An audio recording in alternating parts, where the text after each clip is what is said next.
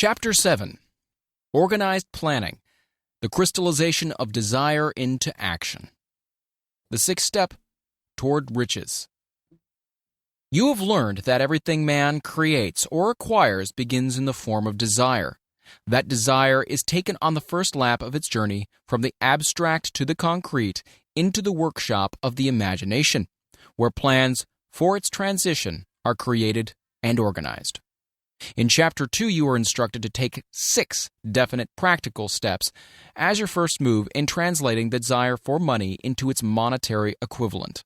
One of these steps is the formation of a definite, practical plan or plans through which this transformation may be made. You will now be instructed how to build plans which will be practical. These: A. Ally yourself with a group of as many people as you may need for the creation and carrying out of your plan or plans for the accumulation of money-making use of the mastermind principle described in a later chapter. Compliance with this instruction is absolutely essential. Do not neglect it. B. Before forming your mastermind alliance, decide what advantages and benefits you may offer the individual members of your group in return for their cooperation. No one will work indefinitely without some form of compensation. No intelligent person will either request or expect another to work without adequate compensation, though this may not always be in the form of money. C. Arrange to meet with the members of your mastermind group at least twice a week, and more often if possible, until you have jointly perfected the necessary plan or plans for the accumulation of money. D. Maintain perfect harmony between yourself and every member of your mastermind group. If you fail to carry out this instruction to the letter, you may expect to meet with failure. The mastermind principle cannot obtain where perfect harmony does not prevail. Keep in mind these facts. First, you are engaged in an undertaking of major importance to you. To be sure of success, you must have plans which are faultless. Second, you must have the advantage of the experience, education, native ability, and imagination of other minds. This is in harmony with the methods followed by every person who has accumulated a great fortune. No individual has sufficient experience, education, native ability, and knowledge to ensure the accumulation of a great fortune without the cooperation of other people. Every plan you adopt in your endeavor to accumulate wealth should be the joint creation of yourself and every other member of your mastermind group. You may originate your own plans, either in whole or in part, but see that those plans are checked and approved by the members of your mastermind alliance. If the first plan which you adopt does not work successfully, replace it with a new plan. If this new plan fails to work, replace it, in turn with still another, and so on, until you find a plan which does work.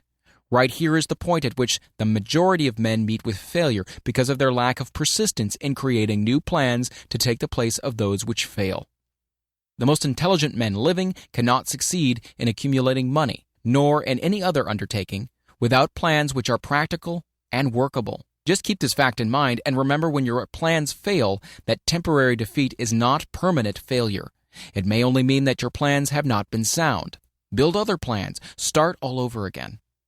Thomas Edison failed 10,000 times before he perfected the incandescent electric light bulb. That is, he met with temporary defeat 10,000 times before his efforts were crowned with success. Temporary defeat should mean only one thing: the certain knowledge that there is something wrong with your plan.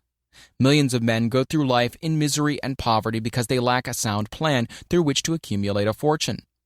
Henry Ford accumulated a fortune not because of his superior mind, but because he adopted and followed a plan which proved to be sound. 1,000 men could be pointed out, each with a better education than Ford's, yet each of whom lives in poverty, because he does not possess the right plan for the accumulation of money. Your achievement can be no greater than your plans are sound. That may seem to be an axiomatic statement, but it is true. Samuel Insull lost his fortune of over $100 million. The Insull fortune was built on plans which were sound. The business depression forced Mr. Insull to change his plans, and the change brought temporary defeat because his new plans were not sound. Mr. Insull is now an old man. He may consequently accept failure instead of temporary defeat, but if his experience turns out to be a failure, it will be for the reason that he lacks the fire of persistence to rebuild his plans. No man is ever whipped until he quits in his own mind.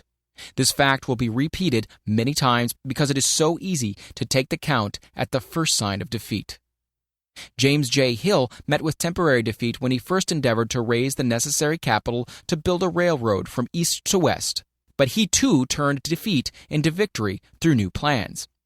Henry Ford met with temporary defeat not only at the beginning of his automobile career, but after he had gone far towards the top. He created new plans and went marching on to financial victory.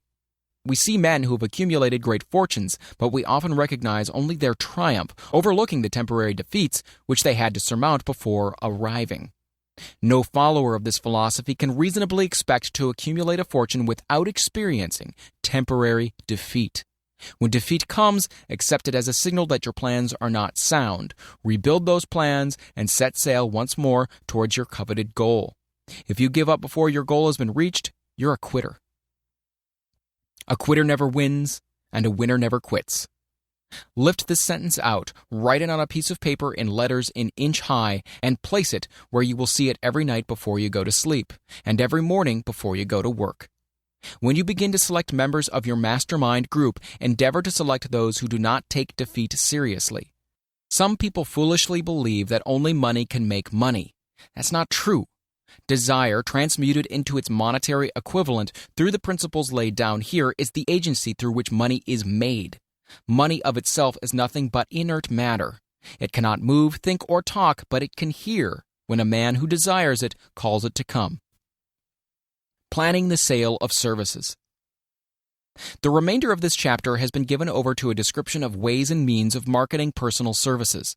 The information here covered will be of practical help to any person having any form of personal services to market, but it will be of priceless benefit to those who aspire to leadership in their chosen occupations. Intelligent planning is essential for success in any undertaking designed to accumulate riches. Here will be found detailed instructions to those who must begin the accumulation of riches by selling personal services. It should be encouraging to know that practically all the great fortunes began in the form of compensation for personal services, or from the sale of ideas. What else, except ideas and personal services, would one not possessed of property have to give in return for riches? Broadly speaking, there are two types of people in the world. One type is known as leaders and the other as followers. Decide at the outset whether you intend to become a leader in your chosen calling or remain a follower. The difference in compensation is vast. The follower cannot reasonably expect the compensation to which the leader is entitled, although many followers make the mistake of expecting such pay. It is no disgrace to be a follower. On the other hand, it's no credit to remain a follower. Most great leaders began in the capacity of followers. They became great leaders because they were intelligent followers. With few exceptions, the man who cannot follow a leader intelligently cannot become an efficient leader. The man who can follow a leader most efficiently is usually the man who develops into leadership most rapidly. An intelligent follower has many advantages, among them the opportunity to acquire knowledge from his leader. The major attributes of leadership. The following are important factors of leadership. 1. Unwavering courage based upon knowledge of self and of one's occupation. No follower wishes to be dominated by a leader who lacks self-confidence and courage. No intelligent follower will be dominated by such a leader very long. 2. Self-control. The man who cannot control himself can never control others. Self-control sets a mighty example for one's followers, which the more intelligent will emulate. 3. A keen sense of justice. Without a sense of fairness and justice, no leader can command and retain the respect of his followers. 4. Definiteness of decision. The man who wavers in his decisions shows that he is not sure of himself. He cannot lead others successfully. 5. Definiteness of plans. The successful leader must plan his work and work his plan. A leader who works by guesswork, without practical, definite plans, is comparable to a ship without a rudder. Sooner or later, he will land on the rocks. 6. The habit of doing more than paid for. One of the penalties of leadership is the necessity of willingness upon the part of the leader to do more than he requires of his followers. 7. A pleasing personality. No slovenly, careless person can become a successful leader. Leadership requires respect. Followers will not respect a leader who does not grade high on all the factors of a pleasing personality. 8. Sympathy and understanding. The successful leader must be in sympathy with his followers. Moreover, he must understand them and their problems. 9. Mastery of detail. Successful leadership calls for mastery of details of the leader's position. 10. Willingness to assume full responsibility. The successful leader must be willing to assume responsibility for the mistakes and the shortcomings of his followers. If he tries to shift this responsibility, he will not remain the leader. If one of his followers makes a mistake and shows himself incompetent, the leader must consider that it is he who failed. 11. Cooperation. The successful leader must understand and apply the principle of cooperative effort and to be able to induce his followers to do the same. Leadership calls for power, and power calls for cooperation. There are two forms of leadership. The first and by far the most effective is leadership by consent of and with sympathy of the followers. The second is leadership by force, without the consent and sympathy of the followers. History is filled with evidences that leadership by force cannot endure. The downfall and disappearance of dictators and kings is significant. It means that people will not follow forced leadership indefinitely. The world has just entered a new era of relationship between leaders and followers, which very clearly calls for new leaders and a new brand of leadership in business and industry. Those who belong to the old school of leadership by force must acquire an understanding of the new brand of leadership, cooperation, or be relegated to the rank and file of the followers. There is no other way out for them. The relationship of employer and employee, or of leader and follower in the future, will be one of mutual cooperation based upon an equitable division of the profits of business. In the future, the relationship of employer and employee will be more like a partnership than it has been in the past. Napoleon, Kaiser Wilhelm of Germany, the Tsar of Russia, and the King of Spain were examples of leadership by force. Their leadership passed. Without much difficulty, one might point to the prototypes of these ex-leaders among the business, financial, and labor leaders of America who have been dethroned or slated to go. Leadership by consent of the followers is the only brand which can endure. Men may follow the forced leadership temporarily, but they will not do so willingly. The new brand of leadership will embrace the 11 factors of leadership described in this chapter, as well as some other factors. The man who makes these the basis of his leadership will find abundant opportunity to lead in any walk of life. The Depression has prolonged, largely because the world lacked leadership of the new brand. At the end of the Depression, the demand for leaders who are competent to apply the new methods of leadership has greatly exceeded the supply. Some of the old type of leaders will reform and adapt themselves to the new brand of leadership, but, generally speaking, the world will have to look for a new timber for its leadership. This necessity may be your opportunity. The 10 major causes of failure in leadership. We come now to the major faults of leaders who fail, because it is just as essential to know what not to do as it is to know what to do. 1. Inability to organize details. Efficient leadership calls for ability to organize and master details. No genuine leader is ever too busy to do anything which may be required of him in his capacity as leader.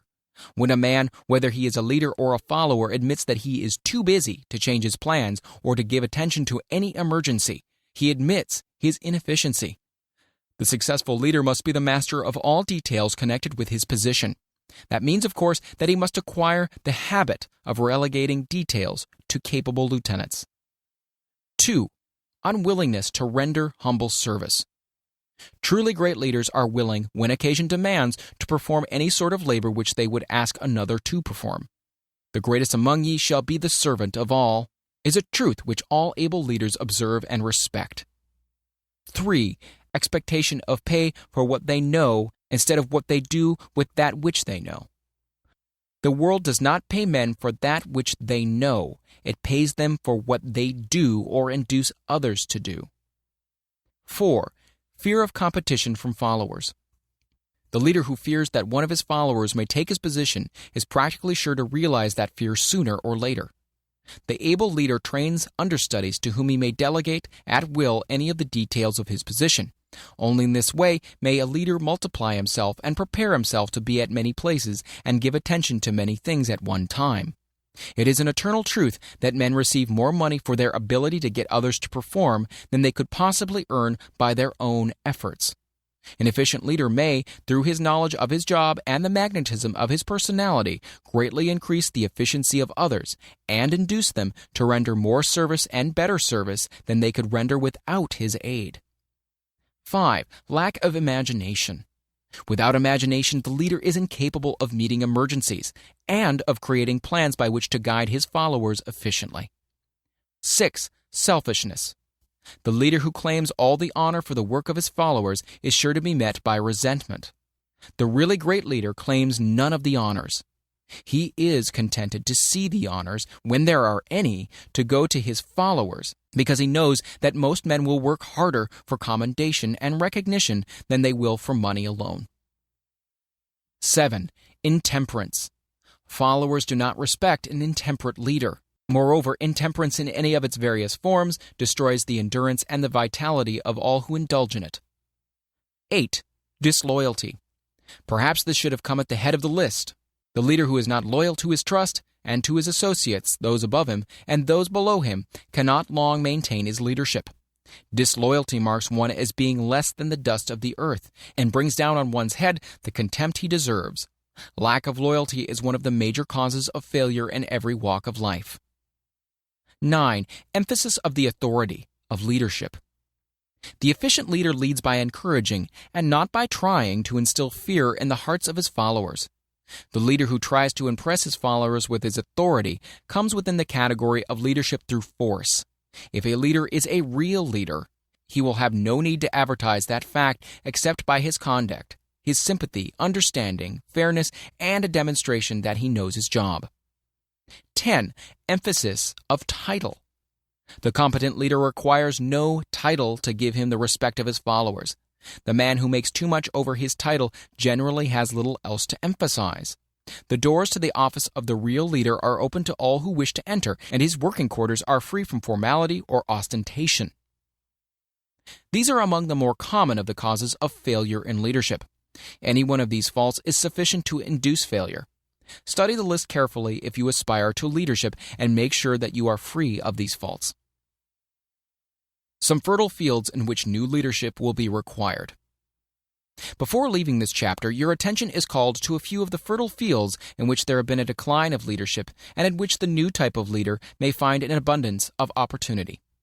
First, in the field of politics, there is a most insistent demand for new leaders, a demand which indicates nothing less than an emergency. The majority of politicians have seemingly become high-grade, legalized racketeers. They have increased taxes and debauched the machinery of industry and business until the people can no longer stand the burden. Second, the banking business is undergoing a reform. The leaders in this field have almost entirely lost the confidence of the public. Already the bankers have sensed the need of reform, and they have begun it. Third, industry calls for new leaders. The old type of leaders thought and moved in terms of dividends instead of thinking and moving in terms of human equations.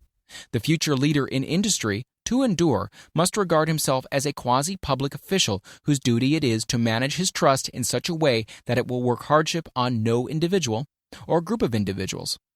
Exploitation of working men is a thing of the past. Let the man who aspires to leadership in the field of business, industry, and labor remember this. Fourth, the religious leader of the future will be forced to give more attention to the temporary needs of his followers in the solution of their economic and personal problems of the present, and less attention to the dead past and yet unborn future. Fifth, in the professions of law, medicine, and education, a new brand of leadership, and to some extent, new leaders will become a necessity. This is especially true in the field of education. The leader in that field must, in the future, find ways and means of teaching people how to apply the knowledge they receive in school. He must deal more with practice and less with theory. Sixth, new leaders will be required in the field of journalism. Newspapers of the future, to be conducted successfully, must be divorced from special privilege and relieved from the subsidy of advertising. They must cease to be organs of propaganda for the interests which patronize their advertising columns. The type of newspaper which publishes scandal and lewd pictures will eventually go the way of all forces which debauch the human mind. These are but a few of the fields in which opportunities for new leaders and new brands of leadership are now available. The world is undergoing a rapid change. This means that the media through which the changes in human habits are promoted must be adapted to the changes. The media here described are the ones which, more than any others, determine the trends of civilization. When and how to apply for a position. The information described here is the net result of many years of experience during which thousands of men and women were helped to market their services effectively. It can therefore be relied upon as sound and practical. Media through which services may be marketed. Experience has proved that the following media offer the most direct and effective methods of bringing the buyer and seller of personal services together. 1. Employment bureaus. Care must be taken to select only reputable bureaus, the management of which can show adequate records of achievement of satisfactory results. There are comparatively few such bureaus. 2. Advertising in newspapers, trade journals, magazines, and radio. Classified advertising may usually be relied upon to produce satisfactory results in the case of those who apply for clerical or ordinary salaried positions. Display advertising is more desirable in the case of those who seek executive connections. The copy to appear in the section of the paper which is most apt to come into the attention of the class of employer being sought. The copy should be prepared by an expert who understands how to inject sufficient selling qualities to produce replies. 3. Personal letters of application. Directed to particular forms or individuals most apt to need such services as being offered. Letters should be neatly typed, always, and signed by hand. With the letter should be sent a complete brief or outline of the applicant's qualifications. Both the letter of application and the brief of experience or qualifications should be prepared by an expert. Again, see instructions as to information to be supplied. 4. Application through personal acquaintances. When possible, the applicant should endeavor to approach prospective employers through some mutual acquaintance. This method of approach is particularly advantageous in the case of those who seek executive connections and do not wish to appear to be peddling themselves. 5. Application in person. In some instances, it may be more effective if the applicant offers personally his services to prospective employers, in which event a complete written statement of qualifications for the position should be presented, for the reason that prospective employers often wish to discuss with associates one's record. Information to be supplied in a written brief. This brief should be prepared as carefully as a lawyer would prepare the brief of a case to be tried in court. Unless the applicant is experienced in the preparation of such briefs, an expert should be consulted, and his services enlisted for this purpose. Successful merchants employ men and women who understand the art and the psychology of advertising to present the merits of their merchandise. One who has personal services for sale should do the same. The following information should appear in the brief. 1. Education. State briefly but definitely what schooling you've had and in what subjects you specialized in school, giving the reasons for that specialization. 2. Experience. If you have had experience in connection with positions similar to the one you seek, describe it fully. State names and addresses of former employers. Be sure to bring out clearly any special experience you may have had which would equip you to fill the position you seek. 3. References. Practically every business firm desires to know all about the previous records, antecedents, etc. of prospective employees who seek positions of responsibility. Attach to your brief photostatic copies of letters from A. Former employers. B. Teachers under whom you've studied. C. Prominent people whose judgment may be relied upon. 4. Photograph of self. Attach to your brief a recent, unmounted photograph of yourself. 5. Apply for a specific position. Avoid application for a position without describing exactly what particular position you seek. Never apply for just a position. That indicates you lack specialized qualifications. 6. State your qualifications for the particular position for which you apply. Give full details as to the reasons you believe you are qualified for the particular position you seek. This is the application. It will determine more than anything else what consideration you receive. 7. Offer to go to work on probation. In the majority of instances, if you are determined to have the position for which you apply, it will be most effective if you offer to work for a week or a month, or for sufficient length of time to enable your prospective employer to judge your value without pay. This may appear to be a radical suggestion, but experience has proved that it seldom fails to win at least a trial. If you are sure of your qualifications, a trial is all you need. Incidentally, such an offer indicates that you have confidence in your ability to fill the position you seek. It is most convincing. If your offer is accepted and you make good, more than likely you'll be paid for your probation period.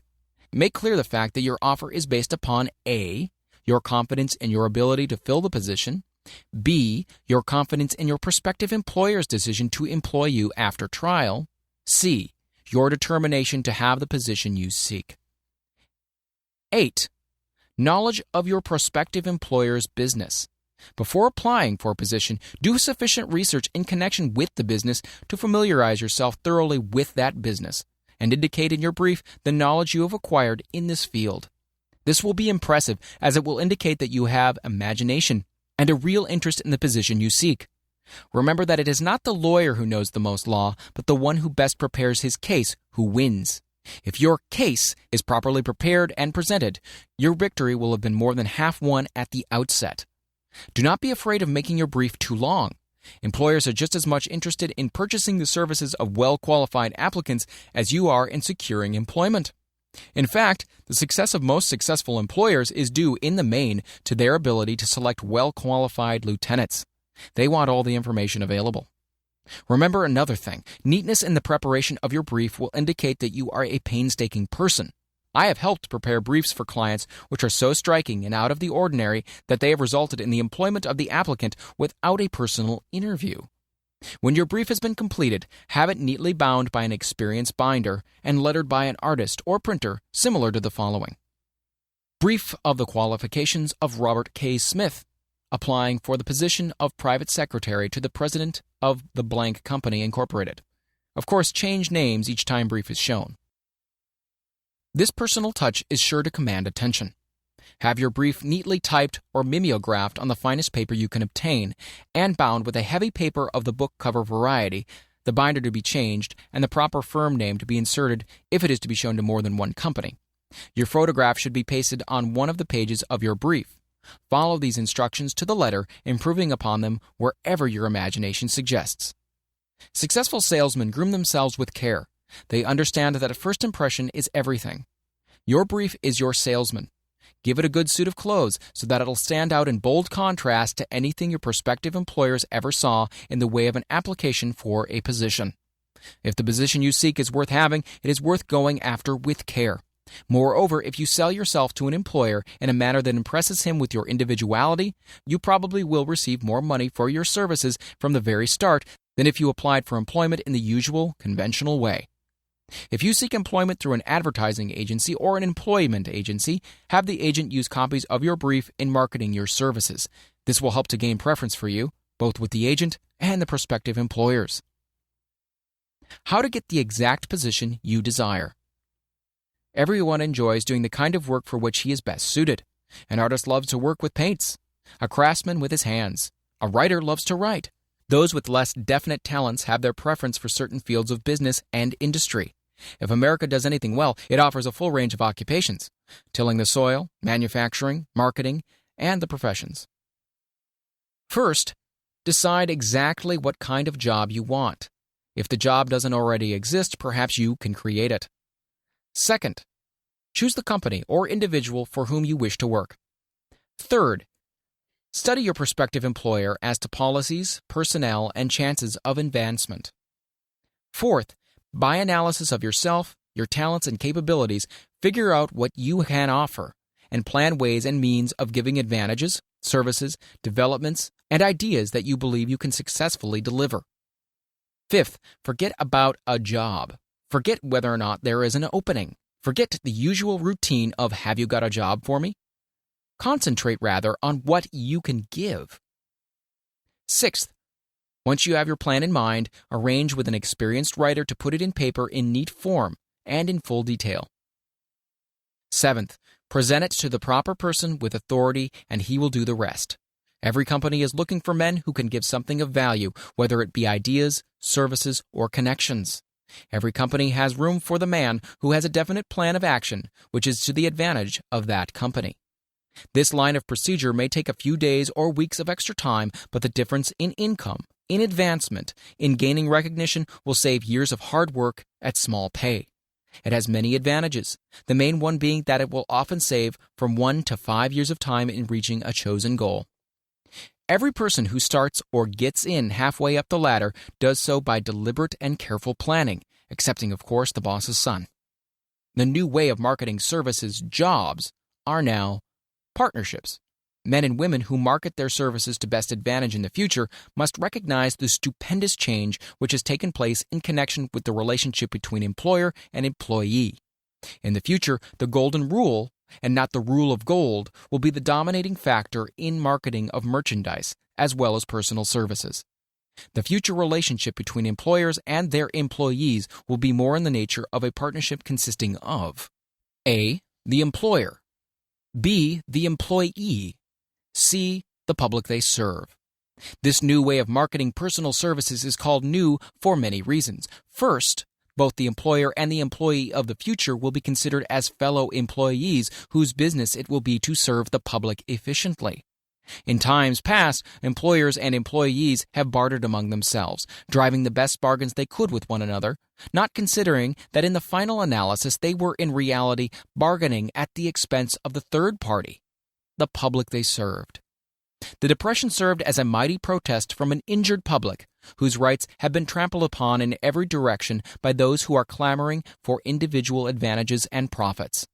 When the debris of the Depression shall have cleared away and business shall have been once again restored to balance, both employers and employees will recognize that they are no longer privileged to drive bargains at the expense of those whom they serve.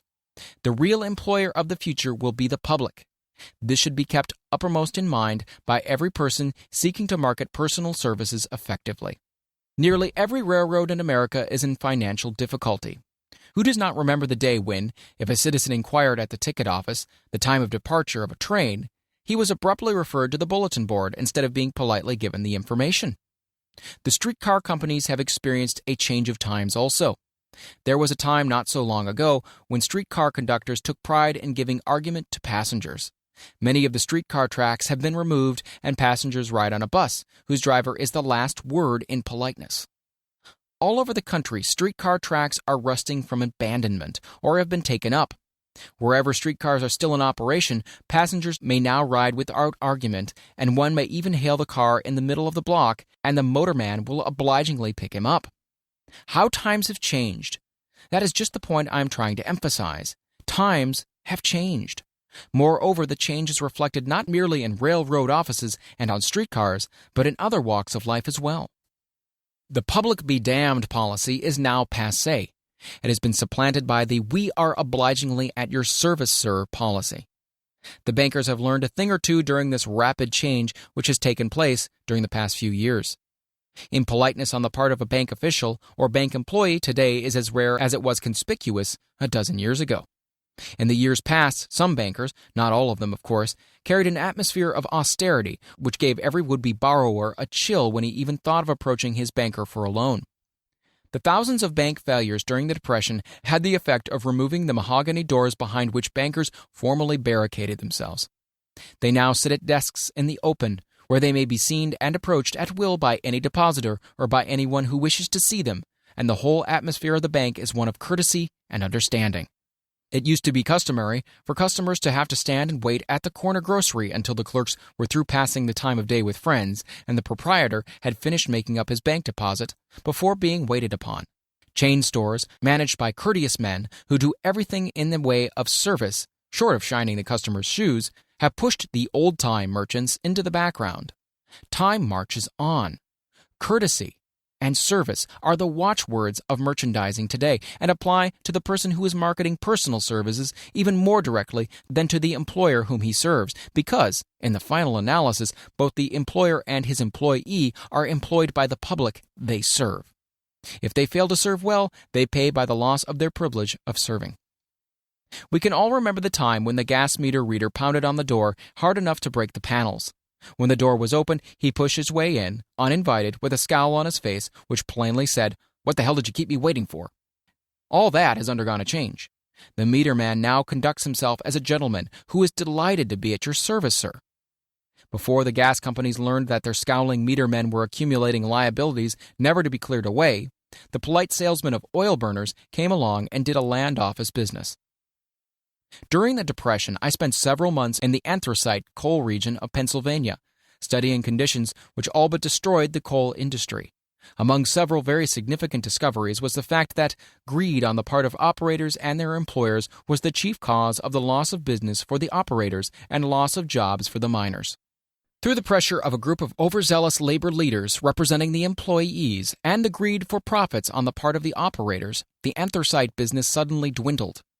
The coal operators and their employees drove sharp bargains with one another, adding the cost of the bargaining to the price of the coal, until finally they discovered they had built up a wonderful business for the manufacturers of oil-burning outfits and the producers of crude oil. The wages of sin is death. Many have read this in the Bible, but few have discovered its meaning. Now and for several years, the entire world has been listening by force to a sermon which might well be called, "Whatsoever a man soweth, that shall he also reap." Nothing as widespread and effective as the Depression could possibly be just a coincidence. Behind the Depression was a cause. Nothing ever happens without a cause. In the main, the cause of the Depression is traceable directly to the worldwide habit of trying to reap without sowing.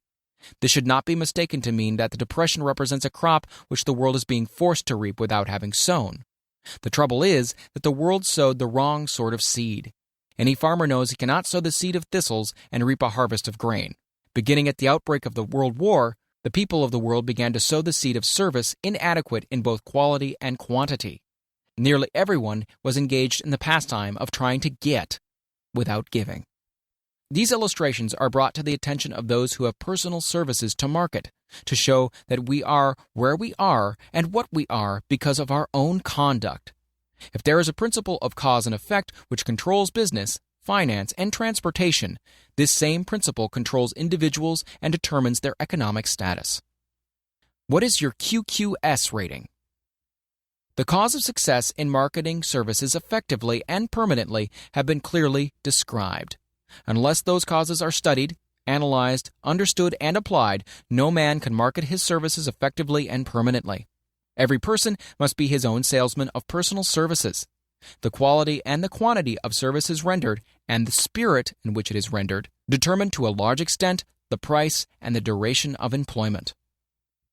To market personal services effectively, which means a permanent market at a satisfactory price under pleasant conditions, one must adopt and follow the QQS formula, which means the quality plus quantity plus the proper spirit of cooperation, which equals perfect salesmanship of service.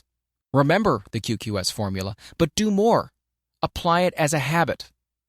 Let us analyze the formula to make sure we understand exactly what it means. 1. Quality of service shall be construed to mean the performance of every detail in connection with your position in the most efficient manner possible, with the object of greater efficiency always in mind. 2. Quantity of service shall be understood to mean the habit of rendering all the service of which you are capable at all times with the purpose of increasing the amount of service rendered as greater skill is developed through practice and experience. Emphasis is again placed on the word habit. Spirit of service shall be construed to mean the habit of agreeable, harmonious conduct, which will induce cooperation from associates and fellow employees. Adequacy of quality and quantity of service is not sufficient to maintain a permanent market for your services.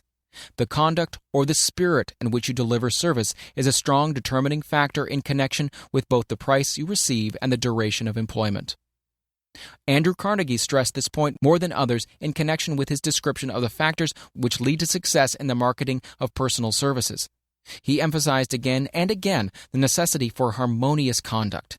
He stressed the fact that he would not retain any man, no matter how great a quantity or how efficient the quality of his work, unless he worked in a spirit of harmony. Mr. Carnegie insisted upon men being agreeable. To prove that he placed a high value upon this quality, he permitted many men who conformed to his standards to become very wealthy. Those who did not conform had to make room for others. The importance of pleasing personality has been stressed because it is a factor which enables one to render service in the proper spirit. If one has a personality which pleases and renders service in a spirit of harmony, these assets often make up for deficiencies in both the quality and the quantity of services one renders. Nothing, however, can be successfully substituted for pleasing conduct. The capital value of your services. The person whose income is derived entirely from the sale of personal services is no less a merchant than the man who sells commodities. And it might well be added, such a person is subject to exactly the same rules of conduct as the merchant who sells merchandise. This has been emphasized because the majority of people who live by the sale of personal services make the mistake of considering themselves free from the rules of conduct and the responsibilities attached to those who are engaged in marketing commodities. The new way of marketing services has practically forced both employer and employee into partnership alliances, through which both take into consideration the rights of the third party, the public they serve. The day of the go-getter has passed. He has been supplanted by the go-giver. High-pressure methods in business finally blew the lid off. There will never be the need to put the lid back on because in the future, business will be conducted by methods that will require no pressure. The actual capital value of your brains may be determined by the amount of income you can produce by marketing your services. A fair estimate of the capital value of your services may be made by multiplying your annual income by 16 2/3, as it is reasonable to estimate that your annual income represents 6% of your capital value. Money rents for 6% per annum. Money is worth no more than brains. It is often worth much less. Competent brains, if effectively marketed, represent a much more desirable form of capital than that which is required to conduct a business dealing in commodities, because brains are a form of capital which cannot be permanently depreciated through depressions, nor can this form of capital be stolen or spent. Moreover, the money which is essential for the conduct of business is as worthless as a sand dune until it has been mixed with efficient brains. The 30 major causes of failure. How many of these are holding you back? Life's greatest tragedy consists of men and women who earnestly try and fail. The tragedy lies in the overwhelmingly large majority of people who fail as compared to the few who succeed. I've had the privilege of analyzing several thousand men and women, 98% of whom were classed as failures. There is something radically wrong with a civilization and a system of education which permit 98% of the people to go through life as failures. But I did not write this book for the purpose of moralizing on the rights and wrongs of the world. That would require a book of 100 times the size of this one. My analysis work proved that there are 30 major reasons for failure, and 13 major principles through which people accumulate fortunes. In this chapter, a description of the 30 major causes of failure will be given. As you go over the list, check yourself by it, point by point, for the purpose of discovering how many of these causes of failure stand between you and success. 1. Unfavorable hereditary background. There is but little, if anything, which can be done for people who are born with a deficiency in brain power. This philosophy offers but one method of bridging this weakness, through the aid of the master mind. Observe with profit, however, that this is the only one of the 30 causes of failure which may not be easily corrected by any individual. 2. Lack of a well-defined purpose in life. There is no hope of success for the person who does not have a central purpose or definite goal at which to aim. 98 out of every 100 of those whom I have analyzed had no such aim. 3. Lack of ambition to aim above mediocrity. We offer no hope for the person who is so indifferent as not to want to get ahead in life and who is not willing to pay the price. 4. Insufficient education. This is a handicap which may be overcome with comparative ease. Experience has proven that the best educated people are often those who are known as self-made or self-educated. It takes more than a college degree to make one a person of education. Any person who is educated is one who has learned to get whatever he wants in life without violating the rights of others. Education consists not so much of knowledge, but of knowledge effectively and persistently applied. Men are paid not merely for what they know, but more particularly for what they do with that which they know. 5. Lack of self-discipline.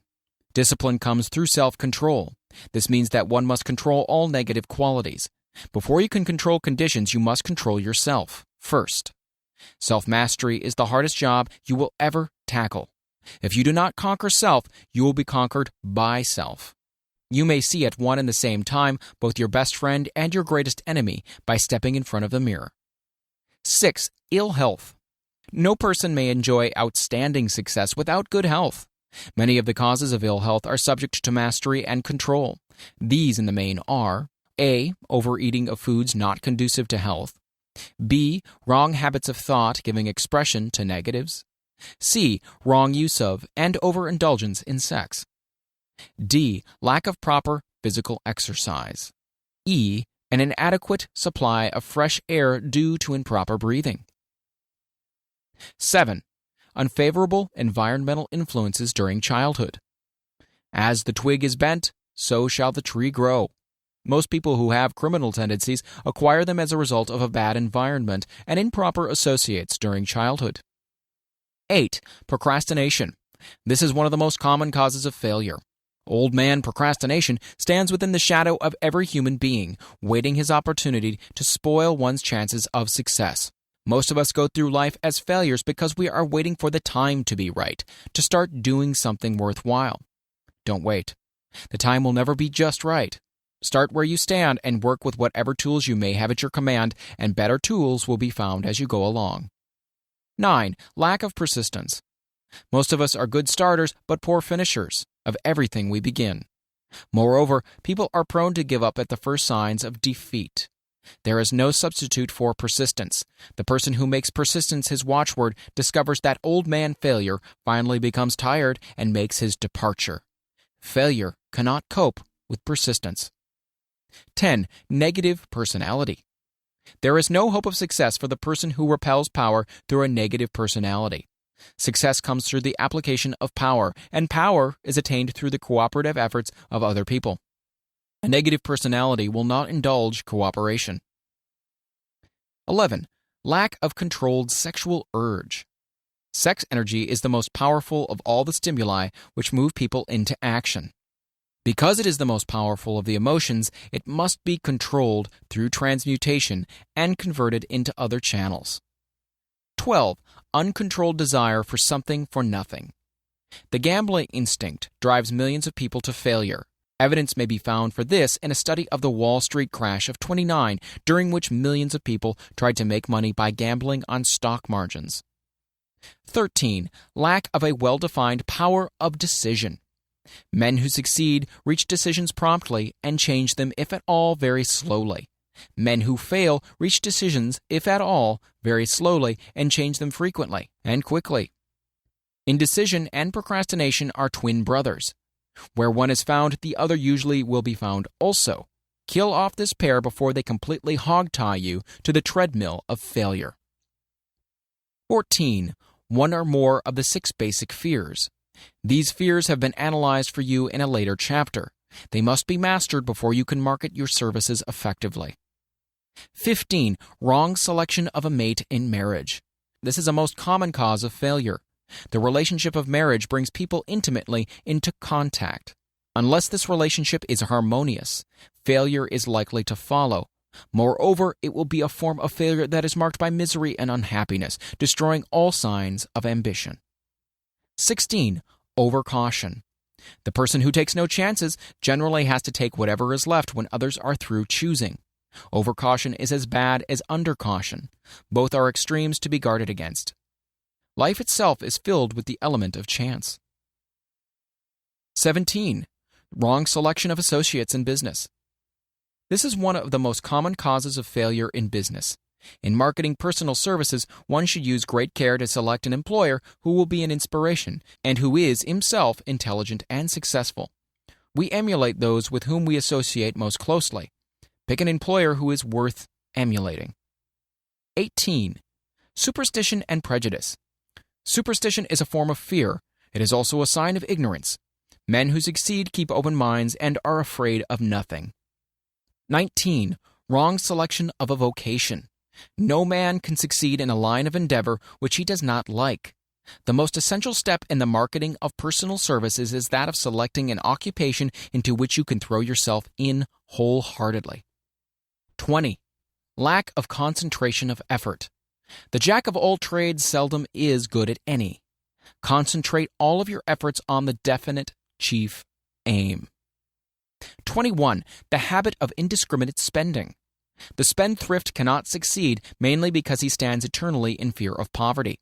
Form the habit of systematic saving by putting aside a definite percentage of your income. Money in the bank gives one a very safe foundation of courage when bargaining for the sale of personal services. Without money, one must take what one is offered and be glad to get it. 22. Lack of enthusiasm. Without enthusiasm, one cannot be convincing. Moreover, enthusiasm is contagious, and the person who has it under control is generally welcome in any group of people. 23. Intolerance. The person with a closed mind on any subject seldom gets ahead. Intolerance means that one has stopped acquiring knowledge. The most damaging forms of intolerance are those connected with religious, racial, and political differences of opinion. 24. Intemperance. The most damaging forms of intemperance are connected with eating, strong drink, and sexual activities. Overindulgence in any of these is fatal to success. 25. Inability to cooperate with others. Most people lose their positions and their big opportunities in life because of this fault than for all other reasons combined. It is a fault which no well-formed businessman or leader will tolerate. 26. Possession of power that was not acquired through self-effort. Sons and daughters of wealthy men and others who inherit money which they did not earn. Power in the hands of one who did not acquire it gradually is often fatal to success. Quick riches are more dangerous than poverty. 27. Intentional dishonesty. There is no substitute for honesty. One may be temporarily dishonest by force of circumstances over which one has no control without permanent knowledge. But there is no hope for the person who is dishonest by choice. Sooner or later, his deed will catch up with him, and he will pay by loss of reputation, and perhaps even loss of liberty. 28. Egotism and vanity. These qualities serve as red lights which warn others to keep away. They are fatal to success. 29. Guessing instead of thinking. Most people are too indifferent or lazy to acquire facts with which to think accurately. They prefer to act on opinions created by guesswork or snap judgments. 30. Lack of capital. This is a common cause of failure among those who start out in business for the first time, without sufficient reserve of capital to absorb the shock of their mistakes and to carry them over until they have established a reputation. 31. Under this, name any particular cause of failure from which you have suffered that has not been included in the foregoing list. In these 30 major causes of failure is found a description of the tragedy of life, which obtains for practically every person who tries and fails. It will be helpful if you can induce someone who knows you well to go over this list with you and help to analyze you by the 30 causes of failure. It may be beneficial if you try this alone. Most people cannot see themselves as others see them. You may be one who can't. The oldest of admonition is man, know thyself. If you market merchandise successfully, you must know the merchandise. The same is true in marketing personal services. You should know all of your weaknesses in order that you may either bridge them or eliminate them entirely. You should know your strength in order that you may call attention to it when selling your services. You can know yourself only through accurate analysis. The folly of ignorance in connection with self was displayed by a young man who applied to the manager of a well-known business for a position. He made a very good impression until the manager asked him what salary he expected. He replied that he had no fixed sum in mind, which is a lack of a definite aim. The manager then said, "We'll pay you all you're worth after we try you out for a week." "I will not accept it," the applicant replied, "because I'm getting more than that where I am now employed." Before you even start to negotiate for a readjustment of your salary in your present position or to seek employment elsewhere, be sure that you are worth more than you now receive. It is one thing to want money. Everyone wants more, but it is something entirely different to be worth more. Many people mistake their wants for their just dues. Your financial requirements or wants have nothing whatever to do with your worth. Your value is established entirely by your ability to render useful service or your capacity to induce others to render such service. Take inventory of yourself. 28 questions you should answer. Annual self-analysis is an essential in the effective marketing of personal services, as is annual inventory in merchandising. Moreover, the yearly analysis should disclose a decrease in faults and an increase in virtues. One goes ahead, stands still, or goes backward in life. One's subject should be, of course, to go ahead. Annual self-analysis will disclose whether advancement has been made, and if so, how much. It will also disclose any backward steps one may have made. The effective marketing of personal services requires one to move forward even if the progress is slow. Your annual self-analysis should be made at the end of each year, so you can include in your New Year's resolution any improvements which the analysis indicates should be made. Take this inventory by asking yourself the following questions and by checking your answers with the aid of someone who will not permit you to deceive yourself as to their accuracy. Self-analysis questionnaire for personal inventory. 1. Have I attained the goal which I established as my objective for this year? You should work with a definite yearly objective to be attained as a part of your major life objective. 2. Have I delivered a service of the best possible quality of which I was capable, or could I have improved any part of this service? 3. Have I delivered service in the greatest possible quantity of which I was capable? 4. Has the spirit of my conduct been harmonious and cooperative at all times? 5. Have I permitted the habit of procrastination to decrease my efficiency, and if so, to what extent? 6. Have I improved my personality, and if so, in what ways? 7. Have I been persistent in following my plans through to completion? 8. Have I reached decisions promptly and definitely on all occasions? 9. Have I permitted any one or more of the 6 basic fears to decrease my efficiency? 10. Have I been either overcautious or undercautious? 11. Has my relationship with my associates in work been pleasant or unpleasant? If it has been unpleasant, has the fault been partly or wholly mine? 12. Have I dissipated any of my energy through lack of concentration of effort? 13. Have I been open-minded and tolerant in connection with all subjects? 14. In what way have I improved my ability to render service? 15. Have I been intemperate in any of my habits? 16. Have I expressed, either openly or secretly, any form of egotism? 17. Has my conduct towards my associates been such that it has induced them to respect me? 18. Have my opinions and decisions been based upon guesswork or accuracy of analysis and thought? 19. Have I followed the habit of budgeting my time, my expenses, and my income, and have I been conservative in these budgets? 20. How much time have I devoted to unprofitable effort, which I might have used to better advantage? 21. How may I rebudget my time and change my habits so I will be more efficient during the coming year? 22. Have I been guilty of any conduct which has not been approved by my conscience? 23. In what ways have I rendered more service and better service than I was paid to render? 24. Have I been unfair to anyone, and if so, in what way? 25.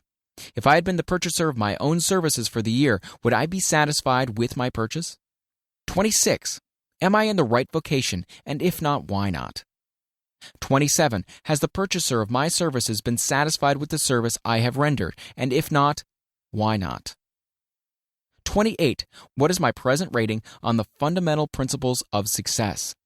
Make this rating fairly and frankly, and have it checked by someone who is courageous enough to do it accurately. Having read and assimilated the information conveyed throughout this chapter, you are now ready to create a practical plan for marketing your personal services. In this chapter will be found an adequate description of every principle essential in planning the sale of personal services, including the major attributes of leadership, the most common causes of failure in leadership, a description of the fields of opportunity for leadership, the main causes of failure in all walks of life, and the important questions which should be used in self-analysis. This extensive and detailed presentation of accurate information has been included because it will be needed by all who must begin the accumulation of riches by marketing personal services. Those who have lost their fortunes and those who are just beginning to earn money have nothing but personal services to offer in return for riches. Therefore, it is essential that they have available the practical information needed to market services to best advantage. The information contained in this chapter will be of great value to all who aspire to attain leadership in any calling. It will be particularly helpful to those aiming to market their services as business or industrial executives. Complete assimilation and understanding of the information here conveyed will be helpful in marketing one's own services, and it will also help one to become more analytical and capable of judging people. The information will be priceless to personal directors, employment managers, and other executives charged with the selection of employees and the maintenance of efficient organizations. If you doubt this statement, test its soundness by answering and writing the 28 self-analysis questions. That might be both interesting and profitable, even though you do not doubt the soundness of the statement. Where and how one may find opportunities to accumulate riches. Now that we have analyzed the principles by which riches may be accumulated, we naturally ask, where may one find favorable opportunities to apply these principles? Well, very well. Let us take inventory and see what the United States of America offers the person seeking riches, great or small. To begin with, let us remember, all of us, that we live in a country where every law-abiding citizen enjoys freedom of thought and freedom of deed unequaled anywhere in the world. Most of us have never taken inventory of the advantages of this freedom. We have never compared our unlimited freedom with the curtailed freedom in other countries. Here we have freedom of thought, freedom in the choice and enjoyment of education, freedom in religion, freedom in politics, freedom in the choice of a business, profession, or occupation, freedom to accumulate and own without molestation all the property we can accumulate, freedom to choose our place of residence, freedom in marriage, freedom through equal opportunity to all races, freedom of travel from one state to another, freedom in our choice of foods, freedom to aim for any station in life for which we have prepared ourselves, even for the presidency of the United States. We have other forms of freedom, but this list will give a bird's-eye view of the most important, which constitute opportunity of the highest order. This advantage of freedom is all the more conspicuous because the United States is the only country guaranteeing to every citizen, whether native-born or naturalized, so broad and varied a list of freedom. Next, let us recount some of the blessings which our widespread freedom has placed within our hands. Take the average American family, for example, meaning the family of average income, and sum up the benefits available to every member of the family in this land of opportunity and plenty. A. Food. Next to freedom of thought and deed comes food, clothing, and shelter, the three basic necessities of life. Because of our universal freedom, the average American family has available at its very door the choicest selection of food to be found anywhere in the world, and at prices within its financial range. A family of two living in the heart of the Times Square district of New York City, far removed from the sources of production of foods, took careful inventory of the cost of a simple breakfast with this astonishing result. Articles of food. Cost at the breakfast table. Grapefruit juice from Florida, 2 cents. Rippled wheat breakfast food from a Kansas farm, 2 cents. Tea from China, 2 cents. Bananas from South America, 2.5 cents. Toasted bread from a Kansas farm, 1 cent. Fresh country eggs from Utah, 7 cents. Sugar from Cuba or Utah, half of a cent. Butter and cream from New England, 3 cents. And the grand total, 20 cents. It is not very difficult to obtain food in a country where two people can have a breakfast consisting of all they want or need for a dime apiece. Observe that this simple breakfast was gathered by some strange form of magic from China, South America, Utah, Kansas, and the New England states, and delivered on the breakfast table, ready for consumption, in the very heart of the most crowded city in America, at a cost well within the means of the most humble laborer. The cost included all federal, state, and city taxes. Here is a fact that politicians did not mention when they were crying out to the voters to throw their opponents out of office because the people were being taxed to death. B. Shelter. This family lives in a comfortable apartment, heated by steam, lighted with electricity, with gas for cooking, all for $65 a month. In a smaller city or more sparsely settled part of New York City, the same apartment could be had for as low as $20 a month. The toast they had for breakfast in the food estimate was toasted on an electric toaster, which cost but a few dollars. The apartment is cleaned with a vacuum sweeper that is run by electricity. Hot and cold water is available at all times in the kitchen and in the bathroom. The food is kept cold in a refrigerator that is run by electricity. The wife curls her hair, washes her clothes, and irons them with easily operated electrical equipment on power obtained by sticking a plug in the wall. The husband shaves with an electric shaver, and they receive entertainment from all over the world. 24 hours a day, if they want it, without cost, by merely turning the dial of their radio.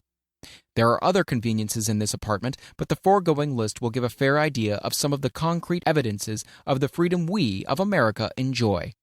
And this is neither political nor economic propaganda. C. Clothing. Anywhere in the United States, the woman of average clothing requirements can dress very comfortably and neatly for less than $200 a year, and the average man can dress for the same or less. Only the three basic necessities of food, clothing, and shelter have been mentioned. The average American citizen has other privileges and advantages available in return for modest effort, not exceeding 8 hours per day of labor. Among those is the privilege of automobile transportation, with which one can go and come at will at very small cost. The average American has security of property rights not found in any other country in the world. He can place his surplus money in a bank with the assurance that his government will protect it and make good to him if the bank fails. If an American citizen wants to travel from one state to another, he needs no passport, no one's permission. He may go when he pleases and return at will. Moreover, he may travel by train, private automobile, bus, airplane, or ship as his pocketbook permits. In Germany, Russia, Italy, and most of the other European and Oriental countries, the people cannot travel with so much freedom and at so little cost. The miracle that has provided these blessings. We often hear politicians proclaiming the freedom of America when they solicit votes, but seldom do they take the time to devote sufficient effort to the analysis of the source or nature of this freedom. Having no axe to grind, no grudge to express, no ulterior motives to be carried out, I have the privilege of going into a frank analysis of that mysterious, abstract, greatly misunderstood something which gives to every citizen of America more blessings, more opportunities to accumulate wealth, more freedom of any nature than may be found in any other country. I have the right to analyze the source and nature of this unseen power because I know and have known for more than a quarter of a century many of the men who organized that power and many who are now responsible for its maintenance. The name of this mysterious benefactor of mankind is capital. Capital consists not alone of money, but more particularly of highly organized, intelligent groups of men who plan ways and means of using money efficiently for the good of the public and profitably to themselves. These groups consist of scientists, educators, chemists, inventors, business analysts, publicity men, transportation experts, accountants, lawyers, doctors, and both men and women who have highly specialized knowledge in all fields of industry and business. They pioneer, experiment, and blaze trails in new fields of endeavor. They support colleges, hospitals, public schools, build good roads, publish newspapers, pay most of the cost of government, and take care of the multitudinous detail essential to human progress. Stated briefly, the capitalists are the brains of civilization because they supply the entire fabric of which all education, enlightenment, and human progress consists. Money without brains always is dangerous. Properly used, it is the most important essential of civilization. The simple breakfast here described could not have been delivered to the New York family at a dime each or at any other price if organized capital had not provided the machinery, the ships, the railroads, and the huge armies of trained men to operate them. Some slight idea of the importance of organized capital may be had by trying to imagine yourself burdened with the responsibility of collecting, without the aid of capital, and delivering to the New York City family the simple breakfast described. To supply the tea, you'd have to make a trip to China or India, both a very long way from America. Unless you're an excellent swimmer, you'd become rather tired before making the round trip. Then, too, another problem would confront you. What would you use for money, even if you had the physical endurance to swim the ocean? To supply the sugar, you'd have to take another long swim to Cuba or a long walk to the sugar beet section of Utah. But even then, you might come back without the sugar because organized effort and money are necessary to produce the sugar, to say nothing of what is required to refine, transport, and deliver it to the breakfast table anywhere in the United States. The eggs you could deliver easily enough from the barnyards near New York City, but you'd have a very long walk to Florida and return before you could serve the 2 glasses of grapefruit juice. You'd have another long walk to Kansas or any of the other wheat-growing states when you went after the 4 slices of wheat bread. The rippled wheat biscuits would have to be omitted from the menu because they would not be available except through the labor of trained organizations of men and suitable machinery, all of which call for capital. While resting, you could take off for another little swim down to South America, where you would pick up a couple of bananas, and on your return, you could take a short walk to the nearest farm having a dairy and pick up some butter and cream. Then your New York City family would be ready to sit down and enjoy breakfast, and you could collect 2 dimes for your labor. Seems absurd, doesn't it? Well, the procedure described would be the only possible way these simple items of food could be delivered to the heart of New York City if we had no capitalistic system. The sum of money required for the building and maintenance of the railroads and steamships used in the delivery of that simple breakfast is so huge that it staggers one's imagination. It runs into hundreds of millions of dollars, not to mention the armies of trained employees required to man the ships and trains.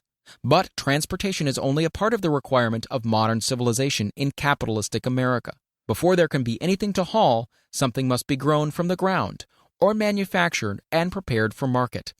This calls for millions of dollars of equipment, machinery, boxing, marketing, and for the wages of millions of men and women. Steamships and railroads do not spring up from the earth and function automatically. They come in response to the call of civilization, through the labor and ingenuity and organizing ability of men who have imagination, faith, enthusiasm, decision, persistence. These men are known as capitalists. They are motivated by the desire to build, construct, achieve, render useful service, earn profits, and accumulate riches. And because they render service without which there would be no civilization, they put themselves in the way of great riches. Just to keep the record simple and understandable, I will add that these capitalists are the selfsame men of whom most of us have heard soapbox orators speak. They are the same men to whom radicals, racketeers, dishonest politicians, and grafting labor leaders refer to as predatory interests, or Wall Street. I'm not attempting to present a brief for or against any group of men or any system of economics. I'm not attempting to condemn the collective bargaining when I refer to the grafting labor leaders, nor do I aim to give a clean bill of health to all individuals known as capitalists. The purpose of this book, a purpose to which I have faithfully devoted over a quarter of a century, is to present to all who want the knowledge the most dependable philosophy through which individuals may accumulate riches in whatever amounts they desire. I have here analyzed the economic advantages of the capitalistic system for the twofold purpose of showing, 1, that all who seek riches must recognize and adapt themselves to the system that controls all approaches to fortunes, large or small, and 2, to present the side of the picture opposite to that being shown by politicians and demagogues who deliberately becloud the issues they bring up by referring to organized capital as if it were something poisonous. This is a capitalistic country. It was developed through the use of capital, and we who claim the right to partake of the blessings of freedom and opportunity, we who seek to accumulate riches here, may as well know that neither riches nor opportunity would be available to us if organized capital had not provided these benefits. For more than 20 years, it has been a somewhat popular and growing pastime for radicals, self-seeking politicians, racketeers, crooked labor leaders, and on occasion religious leaders to take pot shots at Wall Street, the money changers, and big business. The practice became so general that we witnessed during the business depression the unbelievable sight of high government officials lining up with the cheap politicians and labor leaders with the openly avowed purpose of throttling the system which had made industrial America the richest country on earth. The lineup was so general and so well organized that it prolonged the worst depression America has ever known. It cost millions of men their jobs because those jobs were inseparably a part of the industrial and capitalistic system which form the very backbone of the nation. During this unusual alliance of government officials and self-seeking individuals who were endeavoring to profit by declaring open season on the American system of industry, a certain type of labor leader joined forces with the politicians and offered to deliver voters in return for legislation designed to permit men to take riches away from industry by organized force of numbers, instead of the better method of giving a fair day's work for a fair day's pay. Millions of men and women throughout the nation are still engaged in this popular pastime of trying to get without giving. Some of them are lined up with labor unions, where they demand shorter hours and more pay. Others do not take the trouble to work at all. They demand government relief and are getting it.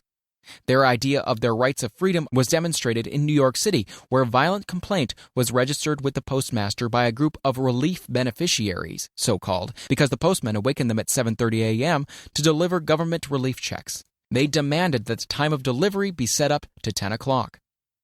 If you are one of those who believe that riches can be accumulated by the mere act of men who organize themselves into groups and demand more pay for less service, if you're one of those who demand government relief without early morning disturbance when the money is delivered to you, if you are one of those who believe in trading their votes to politicians in return for the passing of laws which permit the raiding of the public treasury, you may rest securely on your belief with certain knowledge that no one will disturb you, because this is a free country, where every man may think as he pleases, where nearly everyone can live with but little effort, where many may live well without doing any work whatsoever.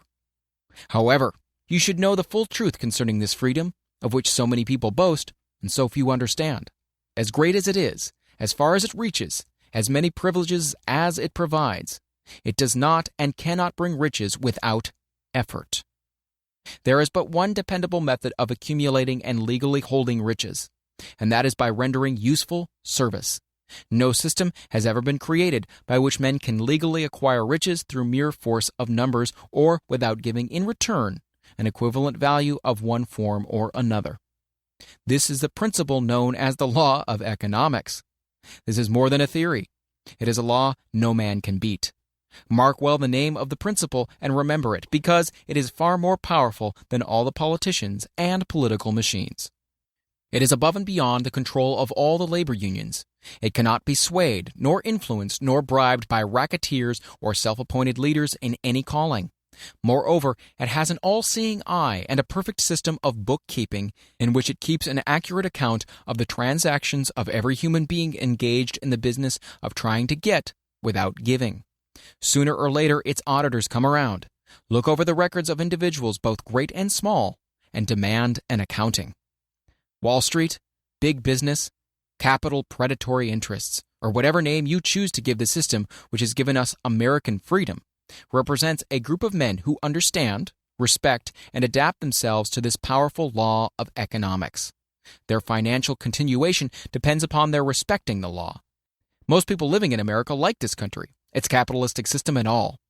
I must confess I know of no better country where one may find greater opportunities to accumulate riches. Judging by their acts and deeds, there are some in this country who don't like it. That, of course, is their privilege. If they don't like this country, its capitalistic system, its boundless opportunities, they have the privilege of clearing out. Always there are other countries, such as Germany, Russia, and Italy, where one may try one's hand at enjoying freedom and accumulating riches, providing one is not too particular. America provides all the freedom and all the opportunity to accumulate riches that any honest person may require. When one goes hunting for game, one selects hunting grounds where game is plentiful. When seeking riches, the same rules would naturally obtain. If it is riches you're seeking, do not overlook the possibilities of a country whose citizens are so rich that women alone spend over $200 million annually for lipsticks, rouge, and cosmetics. Think twice, you who are seeking riches, before trying to destroy the capitalistic system of a country whose citizens spend over $50 million a year for greeting cards, with which to express their appreciation of their freedom. If it is money you are seeking, consider carefully a country that spends hundreds of millions of dollars annually for cigarettes, the bulk of the income from which goes to only 4 major companies engaged in supplying this national builder of nonchalance and quiet nerves. By all means, give plenty of consideration to a country whose people spend annually more than $15 million for the privilege of seeing moving pictures, and toss in a few additional millions for liquor, narcotics, and other less potent soft drinks and giggle waters. Do not be in too big a hurry to get away from a country whose people willingly, even eagerly, hand over millions of dollars annually for football, baseball, and prize fights. And by all means, stick by a country whose inhabitants give up more than $1 million a year for chewing gum and another $1 million for safety razor blades. Remember also that this is but the beginning of the available resources for the accumulation of wealth.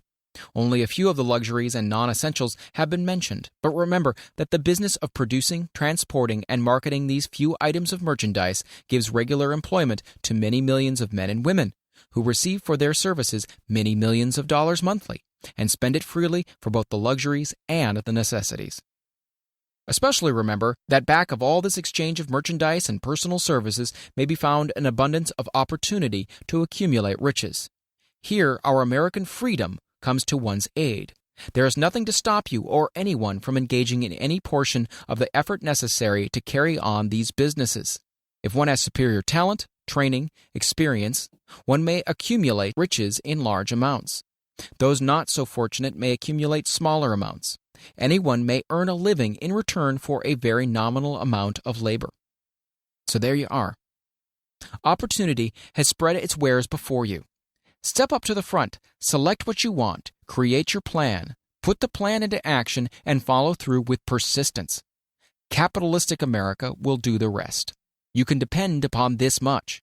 Capitalistic America ensures every person the opportunity to render useful service and to collect riches in proportion to the value of the service. The system denies no one this right, but it does not and cannot promise something for nothing, because the system itself is irrevocably controlled by the law of economics, which neither recognizes nor tolerates for long getting without giving. The law of economics was passed by nature. There is no Supreme Court to which violators of this law may appeal. The law hands out both penalties for its violation and appropriate rewards for its observance, without interference or the possibility of interference by any human being. The law cannot be repealed. It is as fixed as the stars in the heavens and subject to and a part of the same system that controls the stars. May one refuse to adapt oneself to the law of economics? Certainly. This is a free country where all men are born with equal rights, including the privilege of ignoring the law of economics. What happens then? Well, nothing happens until large numbers of men join forces for the avowed purpose of ignoring the law and taking what they want by force. Then comes the dictator, with well-organized firing squads and machine guns. We have not yet reached that stage in America, but we have heard all we want to know about how that system works. Perhaps we'll be fortunate enough not to demand personal freedom of so gruesome a reality. Doubtless, we shall prefer to continue with our freedom of speech, freedom of deed, and freedom to render useful service in return for riches. The practice by government officials of extending to men and women the privilege of raiding the public treasury in return for votes sometimes results in election. But as night follows day, the final payoff comes, when every penny wrongfully used must be repaid with compound interest on compound interest. If those who make the grab are not forced to repay, the burden falls on their children and their children's children, even unto the third and fourth generations. There is no way to avoid the debt. Men can, and sometimes do, form themselves into groups for the purpose of crowding wages up and working hours down. There is a point beyond which they cannot go.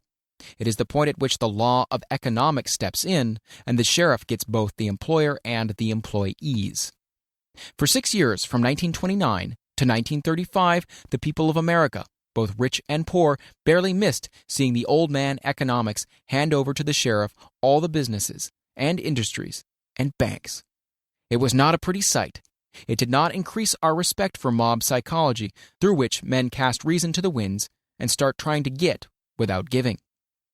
We who went through those 6 discouraging years, when fear was in the saddle and faith was on the ground, cannot forget how ruthlessly the law of economics exacted its toll from both rich and poor, weak and strong, old and young. We shall not wish to go through another such experience. These observations are not found upon short-time experience. They are the result of 25 years of careful analysis of the methods of both the most successful and the most unsuccessful men America has known.